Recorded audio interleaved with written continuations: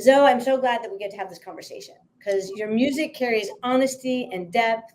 It feels like you're blending lived experience and artistry in a way that really lands, plus your witchiness, Yeah. and which is why it lands as well. And Yeah. I'd love to get into where that comes from, the journey you've been on, and let's start by looking back before the season of growth. What felt stuck or unclear for you? Most things felt stuck and unclear. I would say Okay. I was always told that I had this talent and that I had a really good voice. But I think just the overall, like, who am I as an artist, but also like as a person, and how that Mm. shines through my work was so muddy. I feel like there's a lot of people who are trying to do music, and it's hard to really pick out what makes this person, so unique, and how can I relate to this person. And I think I wasn't putting enough of my story into it, or I would do it privately, but I wouldn't do it as much publicly. Mm. So I think mostly it was kind of the who am I, and how can people relate with me. That was really unclear. I do think that a lot of people in the world just never look at who am I. A lot of humanity just kind of like sweep things under the rug, keep going. We just got to get through our life, which is, I'm not mad at anybody for it. But creatives do dive into this. We write stories, we tell stories, we make songs. Like you're diving into who am I. Yeah. And a lot of our work can be unconscious until we get specific and go, either in our personal life, we say, hey, there's stuff that's not working, right? Like I keep dating the same person and it's not working out, or I keep running into the same wall, or, and then musically, like, wow, I'm getting this far, but not that far. So Yeah. it takes reflection to grow. It takes ask an entrepreneur, I'm an entrepreneur, you are too, like, but an entrepreneur, like, to hone in on your business is to constantly adjust and adjust and pivot and adjust. So to do this internally, so that our external artistic world can be an expression of the internal, is so essential. Yeah. 100%. Were there moments that felt messy or uncomfortable, like, oh, I want to quit, or in that muddiness, like what got uncomfortable enough that you had to make a change? Well, I'm going to be honest. I've been trying to be an artist since I was really young. Like, this because you were my voice coach at 15, 16 years old. And my music journey started even way before that. So I don't think I've ever had the feeling of I can't do music anymore. I don't know if I'll ever have that feeling, but I've definitely felt uncomfortable with the journey. Of course, like even more so as you get older, because you're like, oh, like I don't have the room to just like be an artist while I'm being a kid and like have everything, all the finances and all that stuff taken care of for me. Like now I have to really like prioritize like being an artist and also like surviving. And I think that is probably some of the times where I'm just like, what am I doing? Like, is this possible? But I don't think I ever get to the point of I can't do music anymore. It's also the fire, right? Like there's a fire when you're hungry. There's a fire. We don't want desperate, but there's a fire when you're like, I gotta make something happen there. I gotta pay my bills. I got my life. So there's a positive side to that being a motivator as well. Yeah. Even that, like we just like a butterfly, the struggle of breaking out of the cocoon is where the strength comes to fly. Yep. That is humanity as well. The struggle is where we get our strength. The struggle is where we get confidence. The struggle, we can't remove all the struggle. As a parent, I'm like, don't take all the struggle away from your kids. They are not going to have courage. Yeah, that's very true. And right? I think that along with compromising who you are, that's kind of one of the other struggles, is being like, okay, like I have had a lot of instances where I work with people who have a big name and, they have a vision for you, but it may not align with what you want to do for yourself. And I think trying to figure out, okay, do I go this route just because it's going to get me somewhere, or do I choose myself and hope that I can make it that way? That's another struggle. Question specifically around that. Since doing the COMPASS program, would you say that decision is more clear? Yes. Okay. So younger you would be swayed into, oh, I should listen to this successful person, go in that direction they're saying, because something could come of it Mhm. based on their experience, their opinion. I think that's also, again, it's really essential. Like, having mentors should be useful and helpful. Being in the room with amazing, successful people should be helpful, right? But then we also have to look at, where are they coming from? Are they speaking in my best interest? Are they speaking in their best interest? It's important to listen and have some trust and to be with good people. And then it's also really essential to still stay true to yourself. I definitely know, particularly for young female artists, where they aren't listened to in the room, even though they are the artist that everybody is writing for, or Yeah. they're the reason everyone's there. Every other, male and big name person is going to say, I know best. Yeah, and it's a big test to really stick with your gut and your instinct. But I will say, like, ever since like taking Compass and really like sticking and to it and really committing to this rebrand for myself, I get the most results with people, and the feedback being like, this is actually inspiring. And I was like, even it's funny. It's like, even in times where it's like, oh my God, I feel like nothing is happening. And then it's just like, everyone else has a different view of that. Of like, what do you mean? Like, I love that you're doing this. I love that you're doing this. Like, this is really great. Like, I admire when you're saying this and your message, and it makes me feel like this. And that's the most rewarding thing out of all the numbers. That's the most rewarding thing, is those messages.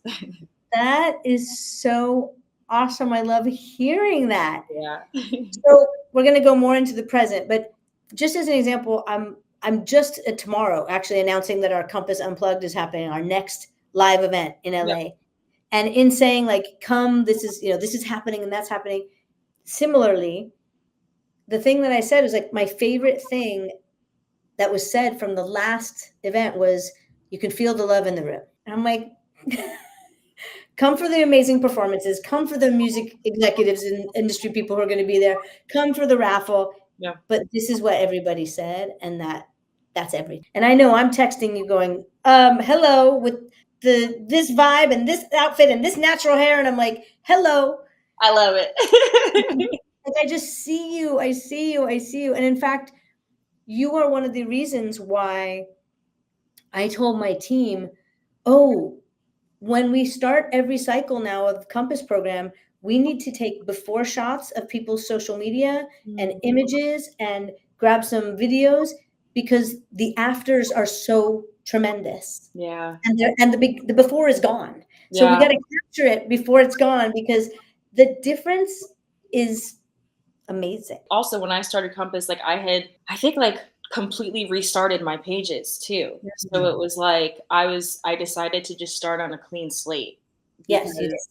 I think I needed it, like, energetically, and also just like visually, I needed something new. Well, we're going to dive more into these with questions, but I remember when we first met and we talked about this, you had like an LA Burning Man spiritual vibe to you, right? Like, and as I say those words, we can all imagine like what that is. And since COMPASS, you are you, like, that inner spiritual woman is there, but the external of you is not any of those things. Yeah.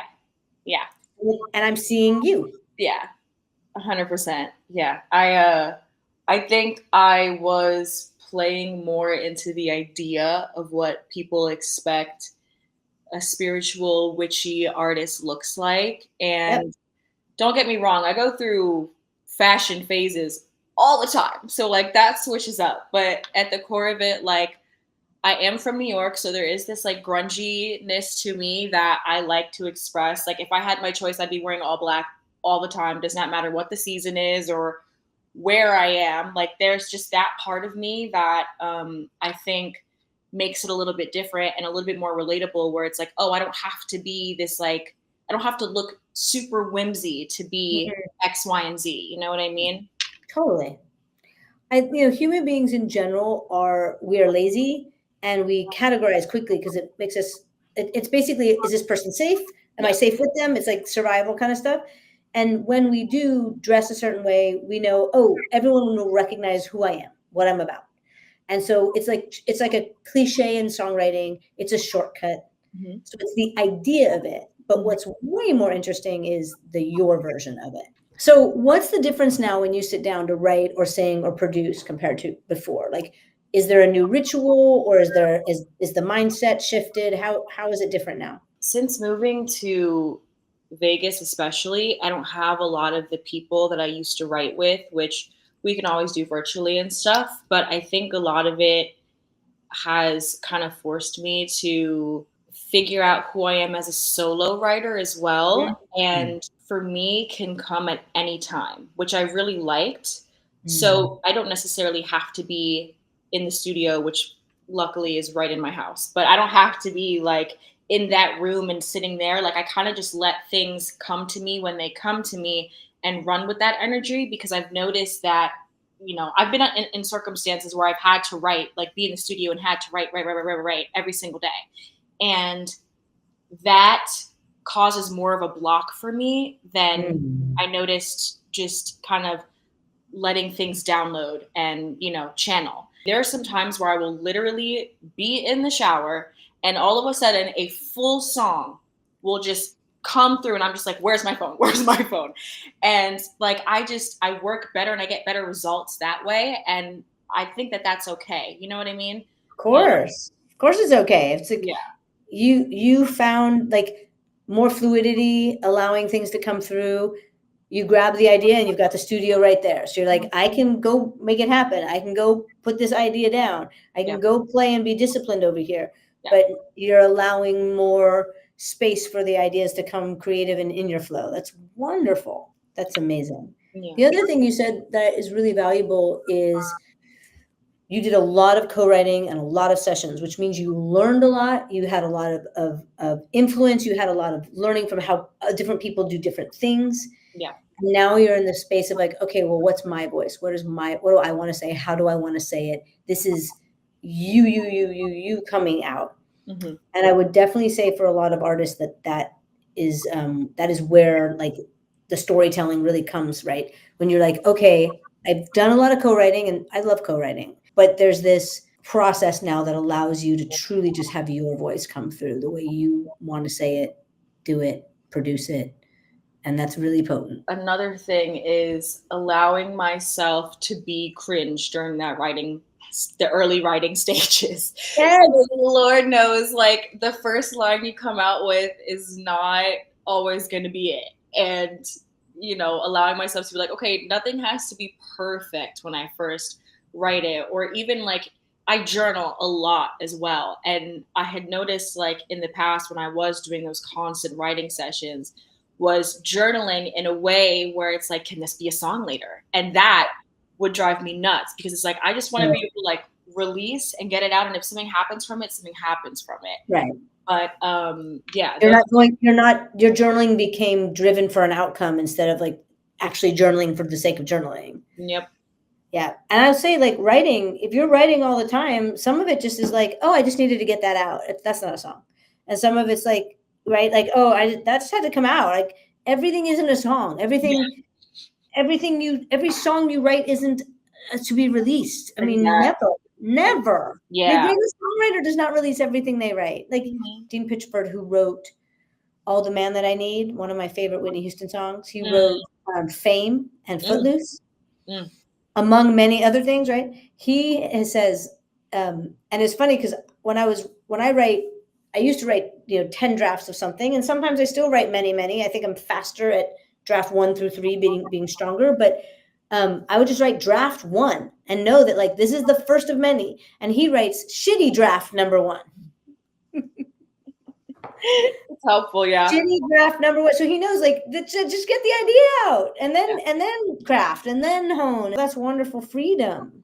So what parts of yourself would you say feel more seen or more expressed or more understood now through your music? Well, definitely that witchy side that I always had, which is honestly one of the most vulnerable parts of me, I would say, because for any artist who announces themselves as like very witchy, you're adopting that persona of a group of people who were shunned and shamed and killed for being who they were, and some not even, but just to be associated with, you know, being like, hey, I'm a witch, you know, that takes a lot of vulnerability. Oh, funny, I got my Yeah, hat on today. I know. I noticed it when you first came on. That takes, you know, that takes like courage and It's actually a Peruvian hat, but it does have this. It does have that the little shape, shape. right? But yeah, It takes courage to be vulnerable. Yeah. My goal is that it takes less courage and feels more like where we need to live being vulnerable. Like I would love to see a world where being vulnerable is everywhere is very safe. It's safe to be vulnerable. Yeah. And I think that being an artist, we need to be more and more comfortable and feel more comfortable in our vulnerability. And to That's own who you are behind closed doors, to own cool. being different, to own being, you know, the possibility of being seen of being an outcast, you know. Yeah. But it's also, and I also got a lot of, you know, comments like, are you sure you want to do this? It's very niche. It's a very niche area. And it's like, that's okay for me. You know, I'd rather be surrounded by people who, you know, like can relate to me and can be like, oh, I feel so accepted in this community, even if it is niche. Yeah. Like that sense of belonging and having a community is more important to me than being lost in the mainstream of everything. Most things that are mainstream come from a niche side. Exactly. Very little starts in the middle. Mm-hmm. It's something that starts niche and more people find out about it and they love it and it becomes popular. And that's what's happening too with this like witch pop genre. It's definitely growing. I think also important to talk about with the idea of witchy. First of all, there's lots of words that could be used for that, right? So it could be a healer, you could be an alchemist, you could be witchy. Like there are other words that might be less charged, Mm-hmm. right? Mm-hmm. That being said, you could also say that witches were very powerful and healers and medicinal, and a lot of what they were accused of was not true. Mm-hmm. So there's power in owning that, right? Mm-hmm. Yes, that I have this ability to be an alchemist, to be a healer, to be the community builder, to be sacred. 100%. And I think that, yeah, people who stand in their power aren't for everybody. And that's right? Okay too, is accepting that. And I think, especially growing up, that was something that I was so focused on, is being for everybody. And in which case you're for nobody. And yeah. First and foremost, you're not for yourself. If you are trying to be for everyone, you're giving up yourself. Mm-hmm. And that is something that I can genuinely be like, you know what, I'm happier now just being myself and kind of sifting out who belongs around me and who doesn't just by being myself is something I'm accepting. Amazing. You know, I said to my daughter's almost 4, and she is a little performer. I mean, she literally is making up songs all day long. If you she's by herself. She's like I did. Like she'll just be by herself, and you'll catch her doing like jumping around the room and going, and she's putting on her own show. She's doing her own thing. Yeah. And she's a little slow to warm to people and a little not, you know. And I said to her, she's literally just almost 4, just started new school. And I said to her, you know, I know that there are other people in your class that love to do shows like you do. It's just going to take a minute to find your people. Mm-hmm. So just knowing like I will find my people in the world. And as you said, as you grow and change and evolve, some people stay and some people don't. That's like, I think the hardest thing for people to accept is like, especially when I like completely got rid of, no, well, not got rid of, but yeah, I did like shift to a whole new page with a whole new image with all these new terms that people are like, what's going on? Yeah. What are you doing? What are you into? Like, yeah. And it was one of those moments where it's like, I have to go all or go home, you know, whatever the saying is. But it definitely rattled some people, but you know, that's what we got to do. People are not comfortable with change. And some people will be like, oh, I'm feeling you now. I get this. And some people will come back around later and go, oh, I get it. I'm with you now. I understand. And some people won't, and that's okay. And then a whole bunch of new people will find you. You know, I tell artists when we're working together, I'm like, when you can perform in front of your parents and not care, you're winning. Yeah. You know? And your friends are not your fans. Strangers are your fans. 100%. And then, then your friends, some of your friends are your fans, and then some of them come around later when they see all the strangers loving you, go, oh my God, I see that. Because they have a perception of you. Like they have a perception of you since you were 5. They have an idea of who you are and who you step into as an artist, and the empowerment and the inner world.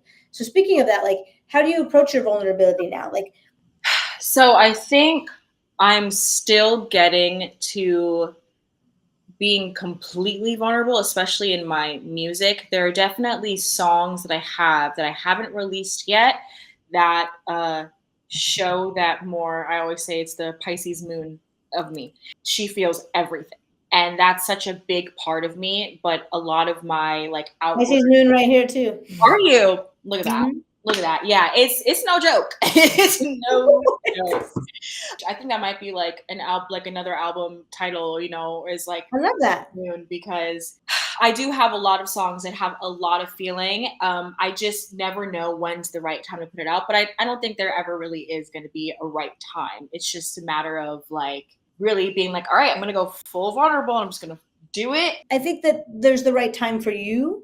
Mm-hmm. And I also think that some things are a little like the pulse of the universe / seasons. For example, there's a reason why there's a summer song, a summer jam, and a summer blockbuster movie, and why like around fall we get like the heavier, darker Oscar-winning performances, because there's a season that humans are when they're receptive to certain things, right? Exactly. Yeah. So I do think that being aware of that kind of pulse and that kind of seasonal cycle can be important. Yeah. But also it's like, well, where am I? Where am I? And what do I want to say? Or what does my audience need right now? What do I feel like I got to give them right now? Some of the songs are like things that I've written like a long time ago. So I'm like, okay, does this really fit into like where I am now? Like maybe I can tweak it. And also I have like the people who I really enjoy writing those types of songs with, they're now in LA. So I'm like, okay, I'm making a conscious effort to travel back and forth there so that I can kind of, I call them my coven, because we're all like so in tune, and it's just like, we get that. So for me, if I'm going to be vulnerable too, I got to be around the right people. I got to be, have the right energy for that. So I like to make sure that I feel supported when I put that out. That's awesome. Yeah. That's awesome. I love that. Well, speaking of LA, October 9th, COMPASS Unplugged. So that's a time to bring yourself back to LA for our live event in LA with performances and hang and all our COMPASS folks and fans. So that's awesome. How would you say, how has your COMPASS experiences and your personal life experiences shaped the sounds and the themes and like the energy of your songs and your new material? Well, I can say for COMPASS, for sure, like that gave me the direction. It gave me the questions. I didn't really know what questions I had to be asking myself. And I feel like the way that you design the program, it had exactly the right questions. And I knew that I was doing some of the stuff, like I was doing mood boards and vision boards and all the Pinterest and stuff, but really it was like the nitty gritty of also like targeting, what is it that's holding me back? What is it that I'm afraid of? Like, who am I catering to specifically? Like, if I'm being completely honest with myself, who is my audience, and what are the songs that I like, and this and that. And it was like, just those workbooks. I took that very seriously, because I was like, I genuinely want to come up with these answers, because I don't want to be shooting in the dark. I don't want to be throwing things at the wall and seeing what sticks. Right. I do really well with like knowing what the goal is and like having steps to get there. Some structure. Yeah. Structure. That's the word. that's what I need. And I loved that. And I was like, I just know if I have some artist development, like I could get to where I'm trying to get. I just need the right terms to put it there, So yeah, I love that. And I do agree with you. I think that artists don't know the questions to ask themselves to get the answers they're looking for. So I think that, yes, artists don't know the questions to ask in order to get the answers they're actually looking for. Because the question isn't what you think it is to find that answer, right? And it's funny you said about throwing things at the wall. Literally, I was speaking with an artist that's coming to take the November program, and that's exactly what they said. They're like, we've been throwing things at the wall, and I just feel like it feels a little random. It feels a little bit like, I was like, yeah, and also we don't want art to be decided by a focus group. We were like, oh, that's sticks, my audience likes it, let's do more of that. So now you're ass over heels, is it? Like you're back because you're now pleasing and doing what you think someone else wants. And you can never recreate that. Like you can never be ahead of your audience and guessing, but you can always, and I really believe in curating a life that you love, and curating a world that you want to be in, and you're comfortable in your own skin. Yeah. Right. And I see my job as a coach is to help you see yourself and help you figure yourself out. So I'm a big mirror to you. We just had a momentum meeting, and an artist brought their mood board, and he said mood board. Now this is pre-Compass, so he hasn't done the Compass work, and I'm like, I'm really excited to take a snapshot of this, and to see what your brand and everything looks like at the end. But let me reflect to you what I'm seeing. And the artists themselves, as you know, is like very clear about like, well, I know why I like these things I put on here. But then I'm also saying, well, are you aware of like, this is something I see as an overall theme going on. And do you notice that all the pictures have this element? And the artist themselves is like, oh no, I didn't. It's because it's really hard to impossible to see yourself. In fact, you know that you can't, like, if I just stand here like this, I can't see myself. Yeah. I see the world. Yeah. I cannot see myself without a mirror. I cannot see myself without a human mirror. We grow through relationship. We learn who we are with interaction. Yeah. And so that's what's fun. It's really fun to me and meaningful, life meaningful to me to help you be empowered just to see and know yourself, so you can say, oh yeah, this is how I want to walk in the world. This is what makes me damn special. Exactly. And it works.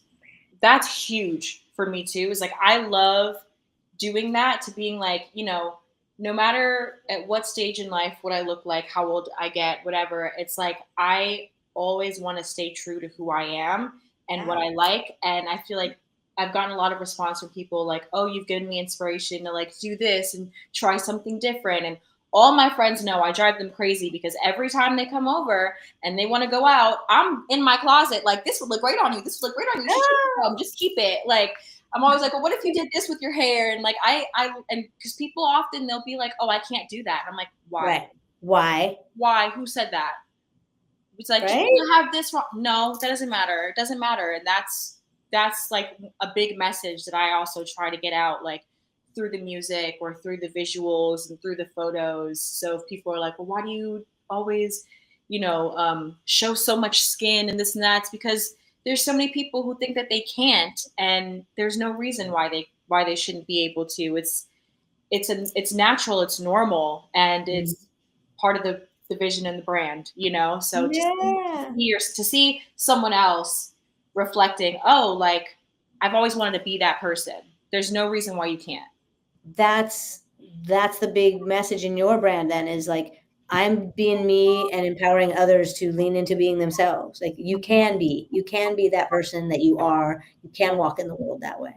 So if I were to say, what do you hope people feel or take away when they experience your music? It sounds like that would be a big part of it. Like knowing that they can do the thing that they've been afraid to do, show up the way that the way they really want to show up. Yeah. And also just like allowing yourself to envision that there is more, that you can be big, that you can take up space and still be loved.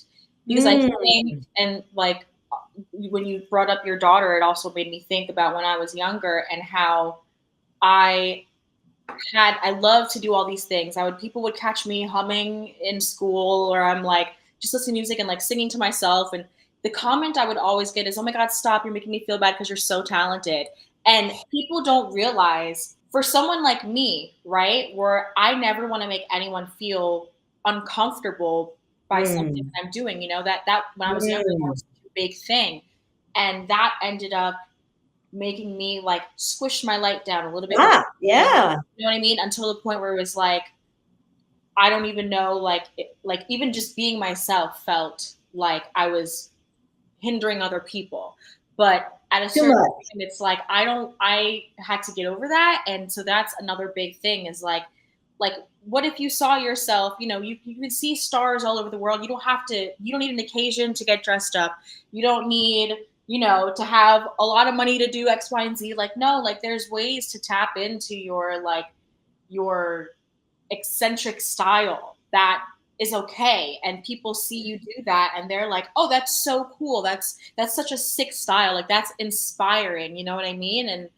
And that's the type of people who I want to see. And they're like people who are afraid of going above and beyond. Like, you don't have to be, When someone says to you, can you be smaller because I feel bad, that's about them, not you. But 15-year-old you did not know that. And they're Right. in a joke phrase too, right? Like, oh, no, and you're like, oh, you don't really think about it that way. Yeah. Because Well, and I think that we live in a world that asks you in general to get small. Like the world asks people to get small, asks women to get small, asks Black women to get small, asks queer people to get small. As the world asks you to be small and then tells you to go, make it. Then they say, what's the phrase? Oh, remember me when you're famous. It's like, yeah. So I'm sorry that happened. I'm also happy through the arc of your life that you worked through it and you've transformed. You're like, I am embracing it. I'm inspiring others. So thank you for that. Because no one's meant to be small. No, like there is no flower in this world that is covered. It's meant to be shown and shining and colorful, and whatever you are, you do your thing. What are you most excited to lean into next, creatively or personally?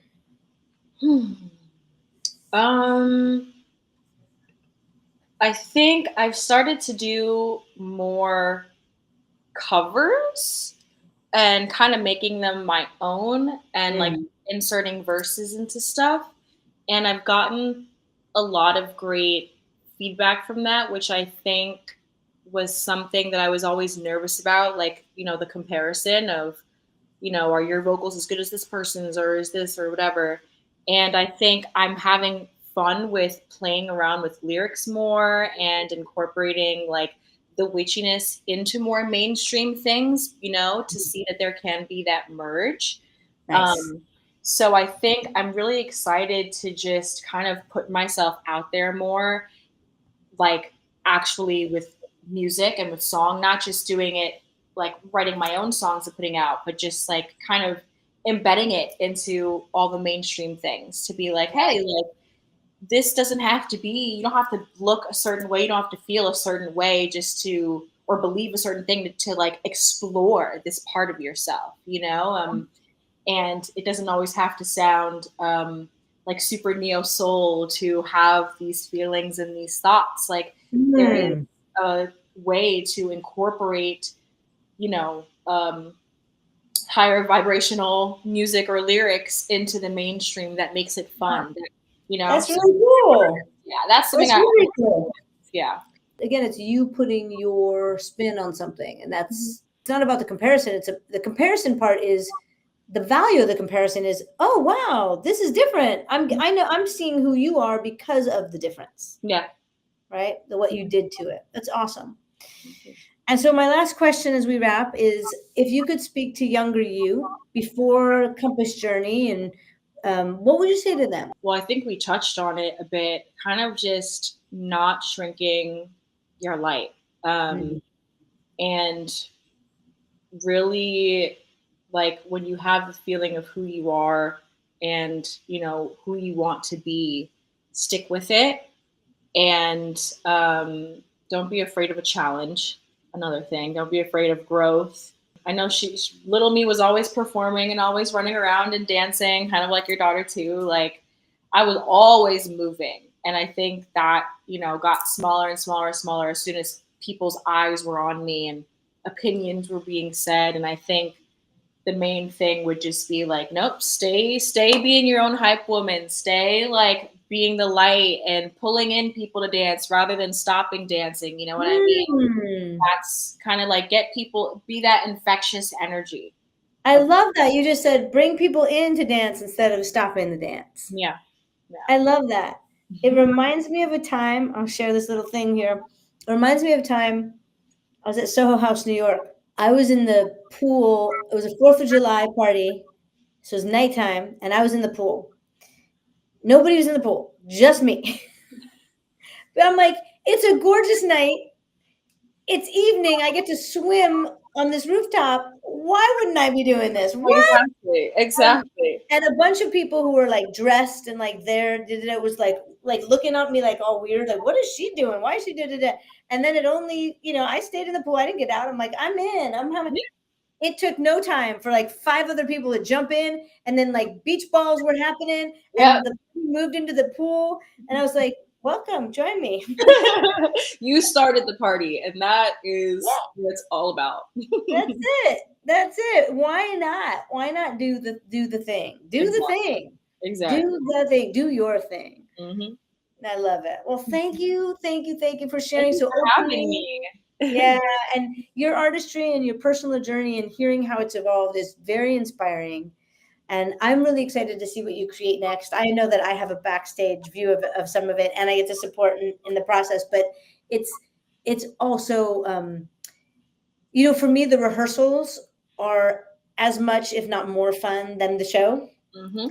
And at the same time, the show is so great to see. And like, I just absolutely love applauding and championing and seeing and being so proud of you doing you, that I'm excited to see what's next and to cheer you on. And I know that your listeners will feel the same energy in your music that you're about to share with the world. And what you're bringing to the table is witchy and wonderful. Thank you. And I owe so much of that to you and to Compass, because y'all gave me direction, and I would say I'm proof that it works, So that's amazing. That's really, again, it's meaning to my life to have a positive impact and to empower, and even more so, like, just seeing the next 5 years for you is going to be like, and there you see it, and there you see it, and there's the proof. Exactly. Because it's happening. It's happening. Well, thank you so much. And thanks everyone for joining. Just stay tuned to my Instagram for posts. I'm here every Wednesday at 1:00 LA time. And sometimes it's me just talking on different topics. And I'm having more and more guests with Compass Backstage talking about artistry and process, and artists that have done Compass with me and artist development. Join us, ask questions. If there's any topic you want me to talk about, please let me know in the comments or DM me. And of course, if you haven't already joined the mailing list, we have an event happening October 9th in LA. It's going to be amazing. COMPASS Unplugged. And I'll see you here. Thank you all.